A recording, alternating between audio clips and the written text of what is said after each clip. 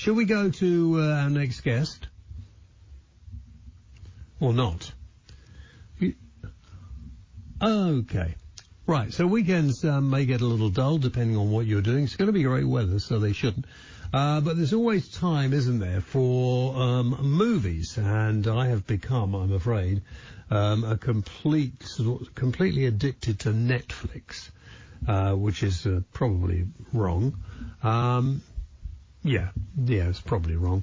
Now, there have been 2 new digital releases today. Now, one of them is called Clemency, which might go with what we've been talking about, which stars Alf Woodward, is it? Yeah, Woodard, Alf Woodard, as an executioner in a maximum security prison who develops a relationship with a death row inmate. Then Come As You Are, which stars Grant Rosenmeyer and Hayden Szetso, is about description.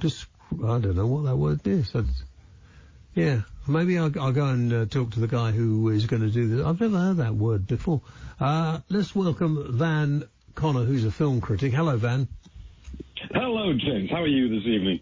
I'm very good. Where are you a film critic for? Well, I'm a film critic for talkRADIO, TalkSport, BBC Radio. Oh, right, okay. Off-screen, oh, no, so, forget... Yeah, I get around. Yeah, let's hear about the BBC. That's a good show. So what is this word? Description. I can't read it. I'm severely dyslexic. I've not got the text. I would imagine descriptive, but... It's about a travelling nurse that takes 3 disabled men on a road trip to Montreal.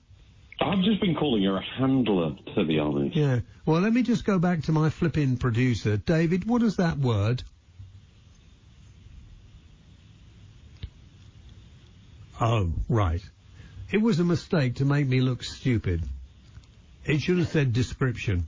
Okay. Never mind. Well, where do you want... I'm completely addicted to Netflix at the moment. I've seen some great movies recently. Do you know what? If you've seen some great movies, James, I recommend it. Have you seen The Old Guard? That opened on Netflix. Yeah, great. Have you seen... That was great, wasn't it? Yeah, it was brilliant. Have you seen The Courier? I have indeed. I did not think that was great at all. I thought that was a really wonderful budget-saving exercise for how to film an action movie in a car park and how to involve Gary Oldman with 3 days of location shoots in what I can only describe as I still thought it was good. I'm sorry. Yeah, you're right, but I still thought it was quite good. It was just an interesting way that they had they played the parts and. I mean, yeah, you could guess the end, but yeah, it was. Well, I mean, my friend Bob Mills and I, we reviewed on top. My friend Bob Mills, who works Story, we reviewed this together, and we had a whale of a time with The Courier, which was just bonkers. Don't get me wrong, moments of fun, moments of levity, but moments of complete trash. We had to admit. Well, I liked it because I needed something after the show that I didn't quite have to concentrate too much on. Let me go to another one. In fact, I watched it last night, and I kind of think I shouldn't have done before I went to bed, which is all about these soldiers who got stuck in a minefield. I've forgotten the title of it now. Oh, the soldiers who got stuck in a minefield. That wasn't by any chance Outpost, was The Outpost, was it?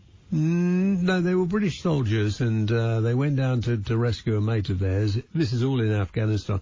What was it called? Kazaki or something like that.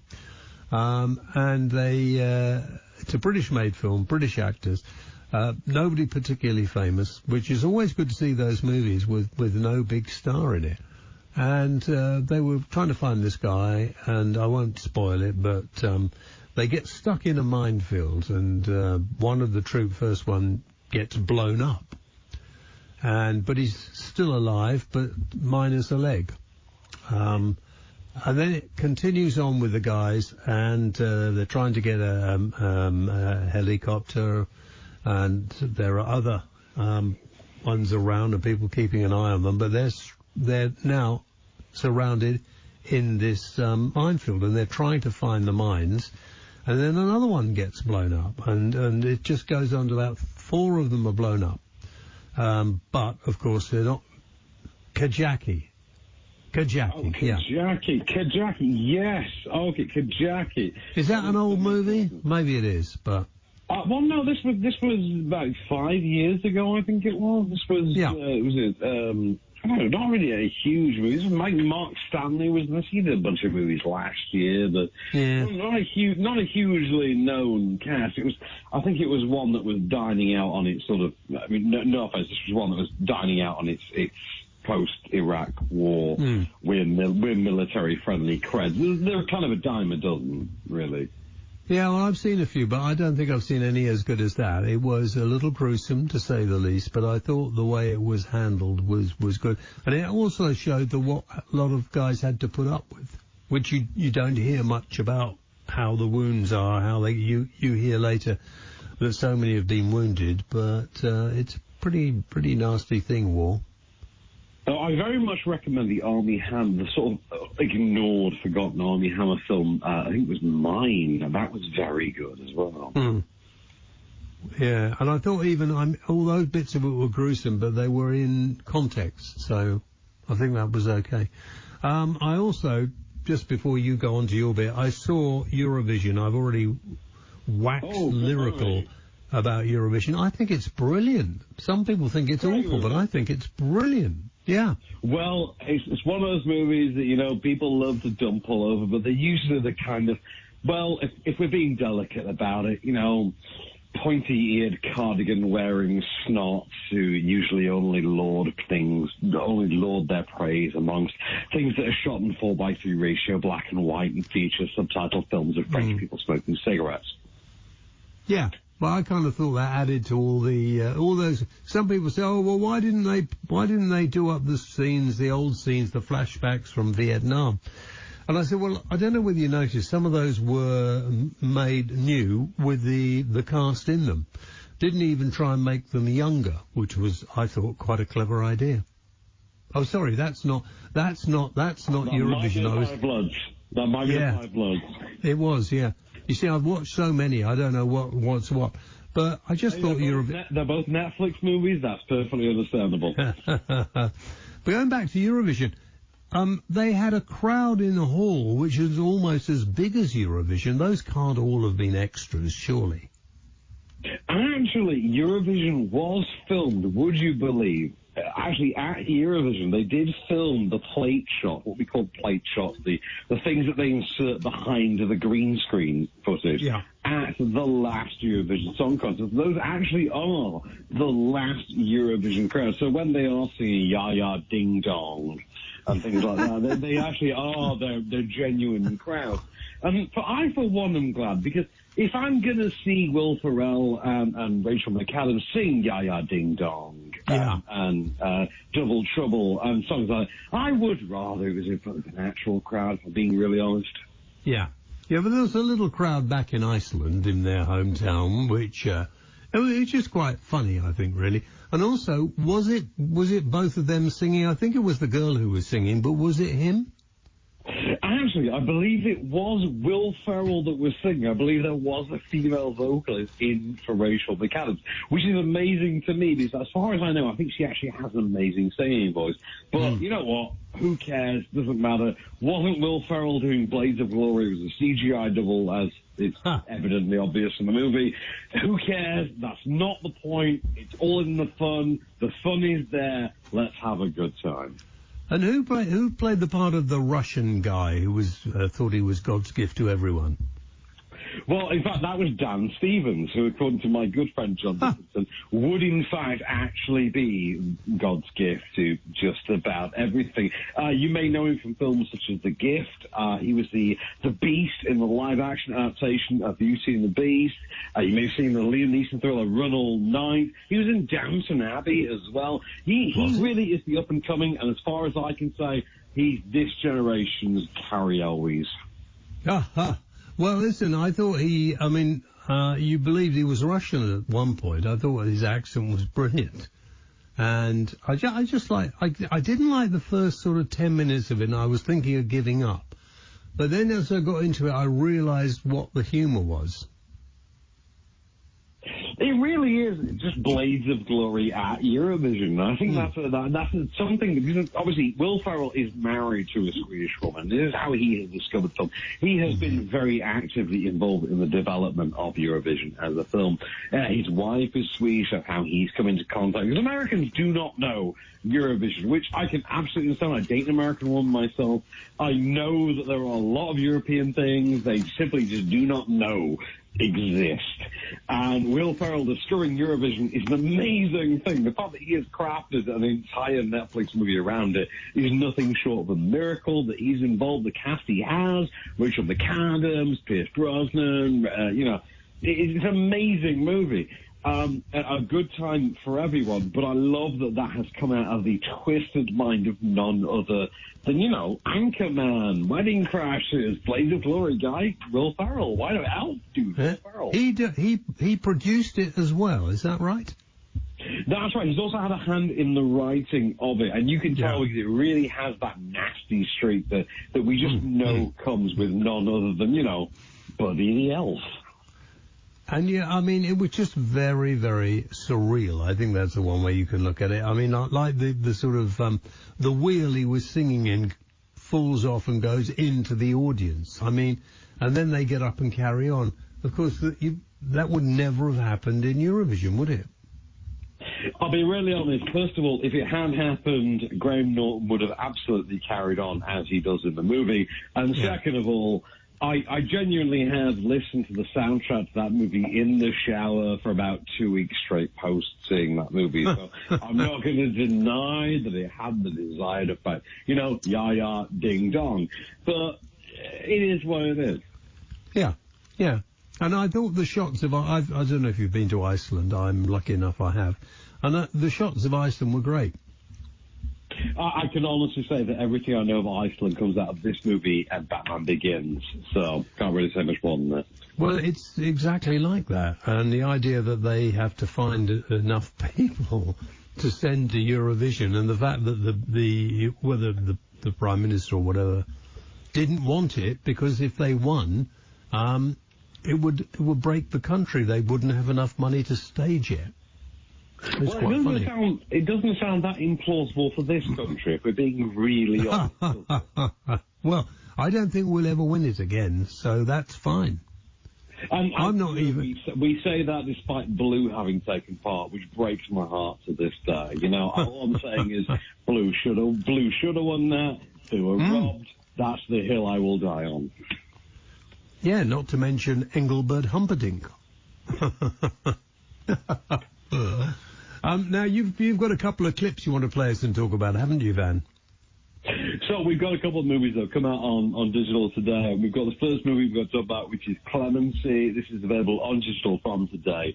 This is the movie that in January of last year won the Sundance Prize for Best Drama. This won the Grand Jury Prize for Best Drama, and its director became the first black woman to do so. Her name is Chinonye Chukwu.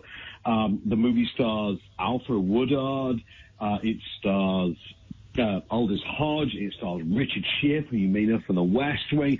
There's a great cast in there. Wendell Pierce from Suits, Jack Ryan. It's a really great drama. She is a prison warden named Bernadine Williams. She's tired of executing people. There is a botched execution. She's then tasked with, executing what would potentially be the next prisoner in line. He's clearly been wrongfully accused or wrongfully incarcerated. This is not lost on her, but of course she has to sit there and do her job, and it's all about the drama, the psychological heft, the emotional turmoil that comes with this inaudibly horrific task. That's our clip. For the past 7 years, you've blocked every single attempt I've made to try to get him to be treated like a human being. You're going to tell him it's not enough? I have treated him like a human being every step of the way.